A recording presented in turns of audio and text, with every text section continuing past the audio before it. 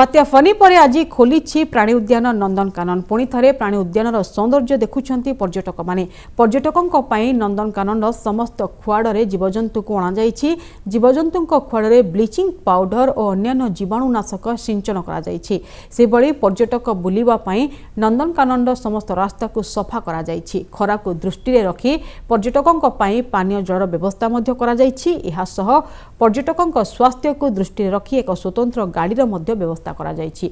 एबे नंदनकानन सफारी और बोटिंग मजा नहीं पारिबे पर्यटक।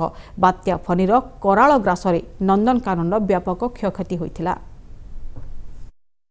आमे सब वर्ष आसु आ ए वर्ष भी आसु किंतु फनी हेबा हेतु गछ पत्र सब भांगी जायछि। आगा बेले से परिवेश नहीं आ छुआ मानक छुट्टी थिबारो आमे आसु तांको देखेगी नेबो दुख लागुछि। सब आड़े गछ पत्र आगा बेले परिवेश नहीं भांगी जायछि। सब आड़े बहुत दुख भी लागुछि।